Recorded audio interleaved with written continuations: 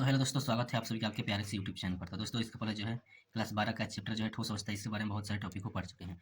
तो आज कुछ क्वेश्चन करने वाले हैं जो बार बार एग्जाम में आते हैं। चलिए वीडियो को स्टार्ट करते हैं। ठोस कठोर क्यों होते हैं? बहुत इंपॉर्टेंट क्वेश्चन बार बार एग्जाम में आता है। तो ठोस कठोर क्यों होते हैं? ठोस के कणों के बीच में अत्यधिक अंतराण्विक आकर्षण बल होता है। ठोस के कणों के बीच में अत्यधिक अंतराण्विक आकर्षण बल होता है, जिस कारण ठोस जो होते हैं कठोर होते हैं। ठीक है, ठोस के कणों के बीच में अत्यधिक अंतरानुक आकर्षण बल होता है, जिस कारण वे कठोर होते हैं। आपको समझ में आ गया होगा? नहीं समझ में आया होगा तो कमेंट करिएगा। चलिए दूसरे क्वेश्चन पे आते हैं। ठोस का आयतन निश्चित क्यों होता है? बहुत ही इंपॉर्टेंट क्वेश्चन है। ठोस का आयतन निश्चित क्यों होता है? तो ठोस के अणुओं में बहुत कम गतिज ऊर्जा होती है। ठोस के अणुओं में बहुत कम गतिज ऊर्जा होती है, जिससे वे अपनी मध्यमान स्थिति के दोनों ओर केवल कंपन कर सकते हैं। इसी कारण ठोस का आयतन निश्चित होता है।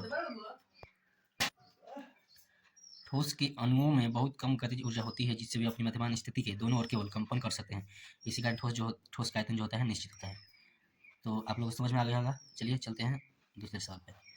अगर चैनल पर नया है तो चैनल को सब्सक्राइब जरूर करिएगा। ये जो है नया चैनल है आप लोगों का, तो आप लोग इसे सब्सक्राइब जरूर कर लीजिए। और आता है अक्रिस्टलीय ठोस के कुछ उदाहरण होता है। क्लोथिन, टेफ्लॉन, मेलोफोन, पॉलीफाइलिन, क्लोराइन, रेसा कांच आदि ये जो है अक्रिस्टलीय ठोस के उदाहरण है। और क्रिस्टलीय ठोस के उदाहरण है जो नेफ्थलीन, बेंजोइक, पोटेशियम, ये जो है क्रिस्टलीय ठोस का उदाहरण है। ऑब्जेक्टिव में ये जो है बार बार आ जाता है, कभी कभी 2 नंबर में भी आता है। और ये जो है और ही इंपॉर्टेंट क्वेश्चन है, कांच को अतिशीत द्रव क्यों माना जाता है?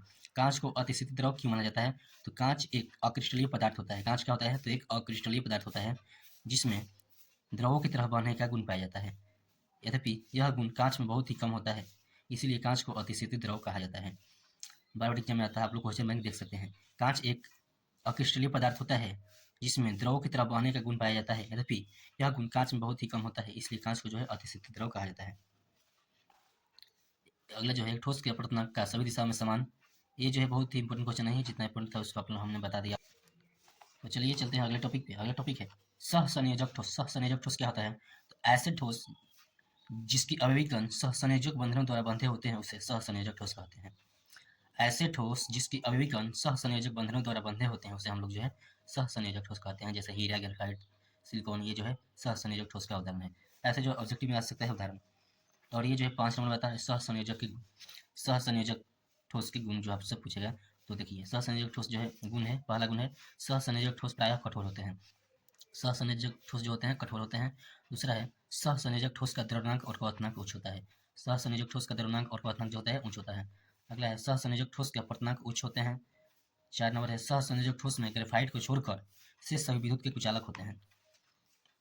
5 नंबर है यह सहसंयोजक ठोस भिन्न कंपनवृत्ति वाली प्रकाश की किरणों को अवशोषित करता है। एक बार फिर से समझ लीजिए, सहसंयोजक ठोस प्रायः कठोर होते हैं। सहसंयोजक ठोस का द्रव्यनांक और क्वथनांक उच्च होता है। सहसंयोजक ठोस का अपवर्तनांक उच्च होते हैं। सहसंयोजक ठोस में ग्रेफाइट को छोड़कर शेष सभी विद्युत के कुचालक होते हैं। और 5 नंबर है सहसंयोजक ठोस विभिन्न कंपनवृत्ति वाली प्रकाश की किरणों को अवशोषित करता है। तो दोस्तों, आप लोगों को जो है वीडियो समझ में आया होगा, तो वीडियो को लाइक कर दीजिए और चैनल पर नया है तो चैनल को सब्सक्राइब करके बेल आइकन को प्रेस कर लीजिए। तो पूरे सिलेबस को हम तैयार कराएंगे पूरे 2026 के एग्जाम में, तो आपसे बन रहे हमारे चैनल के साथ। चलिए मिलते हैं फिर एक नए टॉपिक के साथ। अभी के लिए बस इतना ही। जय हिंद, वंदे मातरम।